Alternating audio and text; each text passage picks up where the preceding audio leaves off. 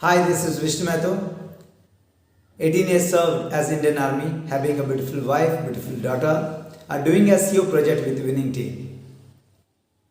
आज का जो टॉपिक है बहुत इंटरेस्टिंग है। मैं चाहूँगा कि आप सभी लोग लास्ट तक बने रहें। जिन्होंने इस मेरे चैनल को सब्सक्राइब नहीं किया वो सब्सक्राइब कर लें, और इसमें हर सप्ताह एक वीडियो डेफिनेटली आपके करियर के लिए, हो सकता है आपके पर्सनालिटी डेवलपमेंट के लिए काम आए। मैंने इस डायरेक्ट सेलिंग को एज अ करियर क्यों सेलेक्ट किया? इंडियन आर्मी से रिटायरमेंट के बाद आपको पता होगा कि हमारे देश में हर एक जगह पे अपॉर्चुनिटी है उनको नौकरी के लिए। तो नौकरी मेरे साथियों ने कर रहे हैं अभी भी, और मैंने अपने जीविका के लिए आखिर मैंने इनको डायरेक्ट सेलिंग को क्यों सेलेक्ट किया, इसके पीछे मैं कुछ पॉइंट में बताऊंगा जो मुझे अच्छा लगा और जिसकी वजह से मैंने सेलेक्ट किया। बहुत सारे लोग मेरे दोस्त हैं जो जॉब कर रहे हैं, उसके साथ साथ as a second source of income के लिए कर रहे हैं, लेकिन प्रायोरिटी वाइज सबसे पहले उन्होंने फर्स्ट प्रायोरिटी में इसी को दिया है। उन्होंने क्यों इसको फर्स्ट प्रायोरिटी में दिया? क्योंकि सबसे पहले उनको पॉइंट सब क्लियर जब तक नहीं होगा। जीविका का मतलब क्या होता है? जीविका में कहा जाए जिसमें से हमारा परिवार चले, जैसे उसको अंग्रेजी में बोले तो कैरियर। ओके, कोई डॉक्टर, कोई इंजीनियर, कोई साइंटिस्ट, अलग अलग रूट है, सोर्स ऑफ इनकम है। सबसे पहले लेते हैं कि इस कैरियर जो मैंने सेलेक्ट किया एज अ डायरेक्ट सेलिंग क्यों किया। सभी लोगों को लगता है कि पैसा चाहिए हमें, ओके, ज़्यादा से ज़्यादा पैसा, बड़ा पैसा चाहिए। तो बहुत सारे लोग क्या करते हैं, चोरी करना शुरू कर देते हैं, डकैती करना, किडनैपिंग करना या लूटने का काम कर देते हैं, शुरुआत करते हैं। लेकिन क्या उनको रिस्पेक्ट मिलता है? Definitely no. अगर सामने में अगर उसको रिस्पेक्ट मिल भी रहा है, लेकिन पीठ पीछे उसको रिस्पेक्ट नहीं मिलता है। और बहुत सारे एग्जाम्पल आप विजुलाइज कीजिए, इमेजिन कीजिए आपका पास्ट एक्सपीरियंस का। जिन्होंने भी गलत तरीके से पैसा कमाया उसको कभी भी मान सम्मान नहीं मिला, उनका इतिहास में कभी नाम लिया नहीं जाता है।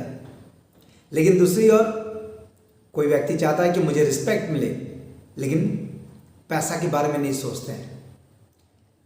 उनको दूसरों से पैसा मांगना पड़ता है, और जैसे कहा जाए भिखारी की तरह दूसरे से मांगना पड़ता है उनको कि पैसा, क्योंकि रिस्पेक्ट पाने के चक्कर में, दूसरों को मदद करने के चक्कर में दूसरों से पैसा लेना पड़ता है और हेल्प करना पड़ता है, और उनको लगता है कि मुझे रिस्पेक्ट मिल रहा है। यस, रिस्पेक्ट मिल रहा है, लेकिन उनको नहीं पता चल रहा कि आप किस माध्यम से पैसा ले रहे हैं और लोगों को मदद कर रहे हैं।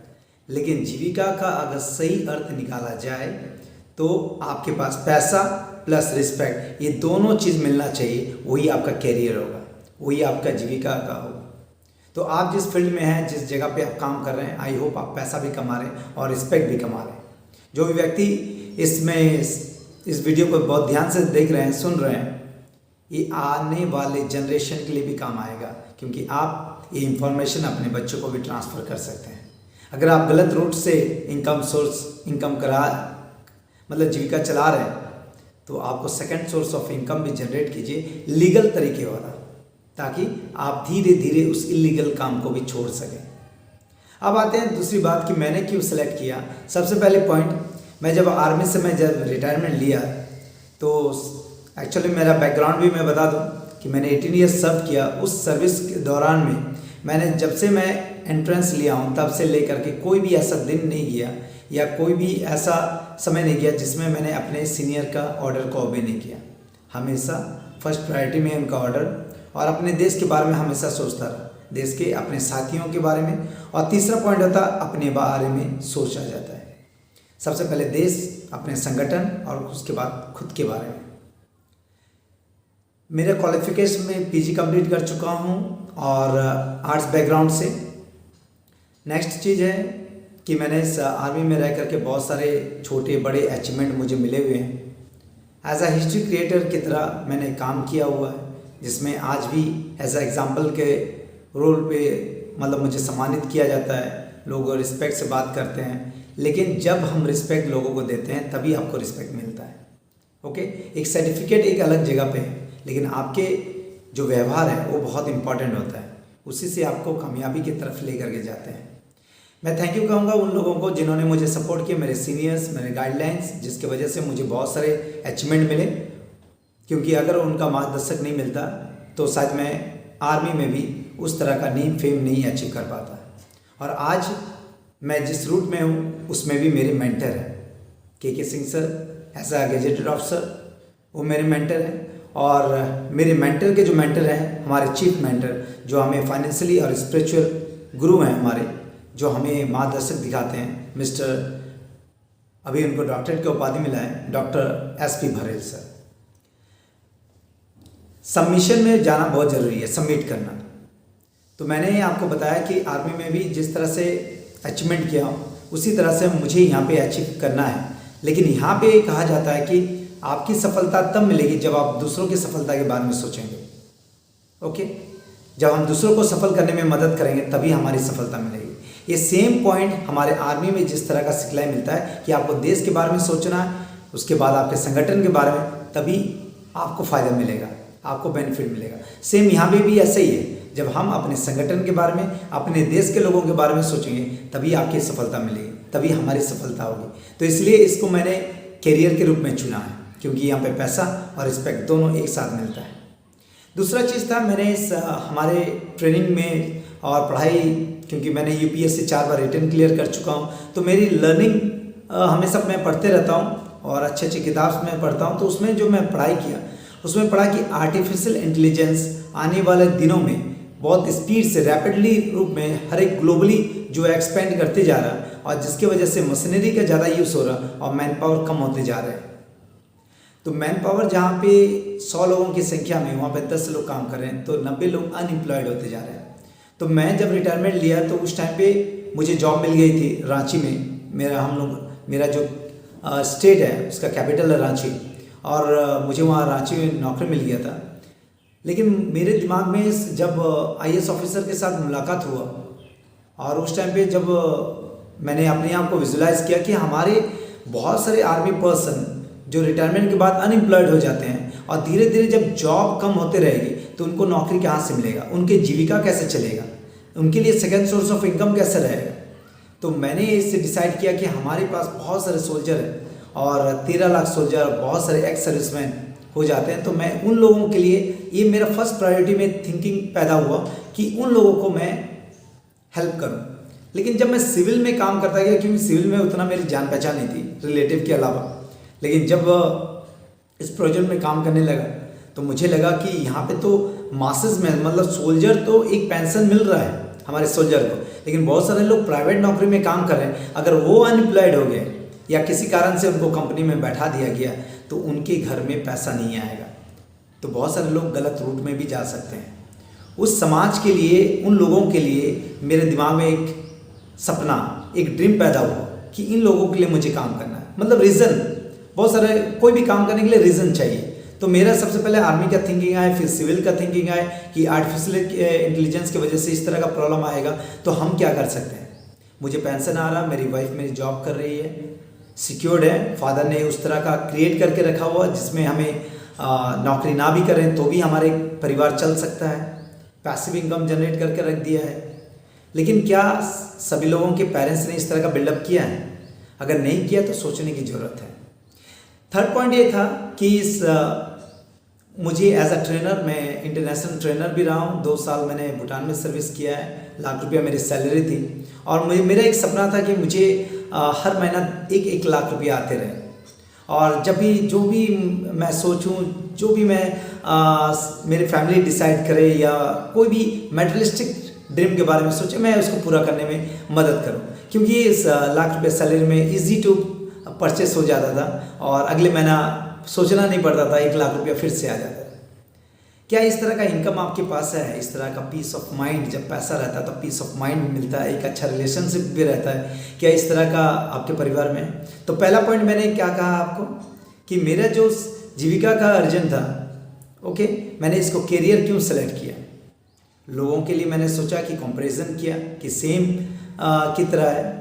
दूसरा चीज़ मैंने देखा कि आर्टिफिशियल इंटेलिजेंस की वजह से बहुत सारे लोग बेरोजगार हो गए, खास करके मेरे आर्मी दोस्त लोग, ओके। और उसके बाद लगा सिविल में जब मैं ज़्यादातर कनेक्टिविटी रहा तो वहाँ पे पता चला मुझे यहाँ पे बहुत सारे लोग यहाँ पे पेंशन भी नहीं है। तीसरा चीज़ जो है जो मैं आपको अभी बताया, अब मतलब कहने की मतलब ये है दोस्तों कि आज के डेट में सेकंड सोर्स ऑफ इनकम बहुत ज़रूरी है, लेकिन मैंने इसको फर्स्ट सोर्स ऑफ इनकम मैंने इसको किया है, प्रायोरिटी सेट किया है और इसको सेंस ऑफ अर्जेंसी की तरह से मैं बिल्डअप कर रहा हूँ। यहाँ पे किसी के ऊपर डिपेंड रहने की ज़रूरत नहीं है, इंडिपेंडेंट आप काम कर सकते हैं। इंडियन ऑयल में एज ए मैं जॉब की तरह से काम कर रहा था, लेकिन जब वो वहाँ से ज़्यादा पैसा आने लगा, और दूसरी बात है कि हम लोग कॉन्ट्रैक्ट बेसिस में थे, लेकिन वहाँ पे कॉन्ट्रैक्ट बेसिस होने के बाद भी कुछ भी अगर प्रॉब्लम आ जाता है तो नेक्स्ट हमारे नॉमिनी को कोई फैसिलिटी नहीं मिलेगा। मेरी जगह पे बहुत सारे एक्स सर्विसमैन रहेंगे वहाँ का वैकेंसी फिलअप करने के लिए। आज मैं नहीं हूँ तो मेरी जगह पे कोई और काम कर रहा है, और जिनकी जगह पे मैं गया कोई और था। मतलब यहाँ पे आपका जो कुर्सी है वो किसी भी टाइम पे फिलअप हो सकता है, लेकिन आपके घर में जो इनकम आ रहा बिकॉज ऑफ यू, आपकी वजह से, उसकी जगह पे और कोई अगर सोर्स ऑफ इनकम नहीं है तो सोचना तो पड़ेगा। हमेशा बहुत सारे लोग हार मान जाते हैं, और एक हमारे मेंटर हैं वो बताते हैं कि इस मोहम्मद गौरी ने 17 बार पृथ्वीराज चौहान के साथ हार गए थे, 8वीं बार में उन्होंने जीत हासिल किया। तो बहुत सारे लोग सपने के लिए, अपने सपना को पूरा करने के लिए हार मान जाते हैं। बचपन में जो सपना देखता था मैं कि एरोप्लेन में बैठूंगा, सफ़र करूंगा, मैंने बैठा। मुझे ऐसा लगता था कि मैं फॉरेन जाऊंगा, विदेश जाऊंगा। गया, वहाँ का लोगों के साथ मुलाकात किया। अभी ड्रीम कार है मेरा, और ड्रीम कार मुझे लेना है, और जब तक मैं दूसरों के ड्रीम की कार को अचीव कराने में योगदान नहीं दूंगा तब तक मेरे सपने वाले जो कार हैं वो नहीं पूरे होंगे। तो इस तरह का मुझे उस तरह का ड्रीमर वाले लोग चाहिए, और मैं उन लोगों को मदद करने के लिए कमिटेड हूँ। इंडिया के किसी भी किनारे में, किसी भी कोने से अगर मुझे कॉल आता है कि विनिंग टीम का मैं एक सदस्य हूँ और मुझे इस जमशेदपुर में हेल्प चाहिए, मैं उसके लिए कटिबद्ध हूँ। मतलब अपने आप को उस तरह का कमिटेड कर चुका हूँ। और मैं आप लोगों को डिक्लेयर करना चाहूँगा कि इस 2023 लास्ट तक का मेरा एक ड्रीम होम बनने जा रहा है, और वो भी 50 लाख का। और 2025 तक मेरा जो है ड्रीम कार आएगा, और वह मर्सिडीज 50 लाख का। और 2030 तक मेरा जो इनकम रहेगा पर मंथ 10 लाख रुपया का। और इसके लिए मुझे लोग चाहिए ऐसे ड्रीमर, क्योंकि मैं जब उनके सपने पूरा करूँगा तभी मेरे सपने पूरे होंगे। दोस्तों, ये वेरी इंटरेस्टिंग प्रोजेक्ट है डायरेक्ट सेलिंग, और डायरेक्ट सेलिंग लीगल और इलीगल का पहचान होना बहुत ज़रूरी है। ये कंप्लीट एक एजुकेशन लेना भी चाहिए। बहुत सारे लोग शुरुआत करते हैं कि चलो करके देखता हूँ। ये देखने वाला बिजनेस नहीं है, यहाँ पे आपको डेडिकेशन होकर के काम करना पड़ेगा। एक मेंटर चुनना पड़ेगा, आपको सबमिट होना पड़ेगा, और डायरेक्ट सेलिंग आने वाला समय का एक पैसा देने वाला, आपको एक रोज़गार देने वाला, आपका करियर के लिए एक सोर्स है। और इसके बारे में ज़रूर सोचें। इसमें हमारे साथ कांटेक्ट कर सकते हैं, जिसमें हम लोगों को मदद कर रहे हैं। हमारी विनिंग टीम एजुकेशन प्लेटफॉर्म में आप आ सकते हैं। मैंने शॉर्ट ऑफ पीरियड में मैंने इस अपने बारे में बताया, और मैंने इसको कनेक्ट किया, क्योंकि सबसे बड़ा जो रीज़न है ना, अगर आपको बड़ा पैसा कमाना है तो आपको टाइम और मैन पावर को मल्टीप्लिकेशन करना आना चाहिए। आप जो प्रोजेक्ट में काम कर रहे हैं या जॉब में काम कर रहे हैं, क्या उस काम से क्या आपका टाइम और मैन पावर मल्टीप्लिकेशन हो रहा है? नहीं हो रहा तो दोस्तों आपको, आपके भी आने वाले जनरेशन को वही जीरो से शुरू करना पड़ेगा। मैं नहीं कहता कि आप जिस जगह पे हैं आप उसको छोड़ें, लेकिन यहाँ से आप जो, तो दोस्तों मैं बताना चाहूँगा कि इस टाइम और मैन पावर को मल्टीप्लिकेशन करने के लिए ये प्रोजेक्ट बहुत बेस्ट है। सीओ प्रोजेक्ट, जिसमें आप कैरियर एज अ पैसा और रिस्पेक्ट अर्न कर सकते हैं। जॉब में पॉसिबल नहीं है कि टाइम को, मैन पावर को आप मल्टीप्लाई कर पाएँ।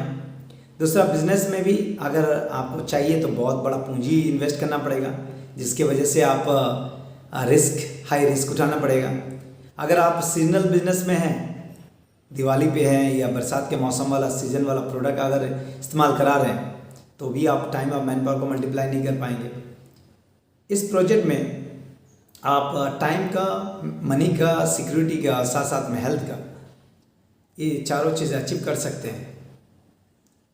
तो मैं आप लोगों को वेलकम करना चाहूँगा, हमारे विनिंग टीम में शामिल हों, कनेक्ट कीजिए, देखिए, सीखिए, उसके बाद काम को शुरुआत कर सकते हैं, जिसमें हमारे टीम के माध्यम से आपको पूरा सपोर्ट मिलेगा। और कनेक्ट कीजिए हमारे साथ। मेरा नाम है फिर से विष्णु महतो और मेरा कॉन्टैक्ट नंबर स्क्रीन में मिलेगा। आप मुझे इस व्हाट्सअप और कॉल भी कर सकते हैं। Thank you, all the best, जय हिंद।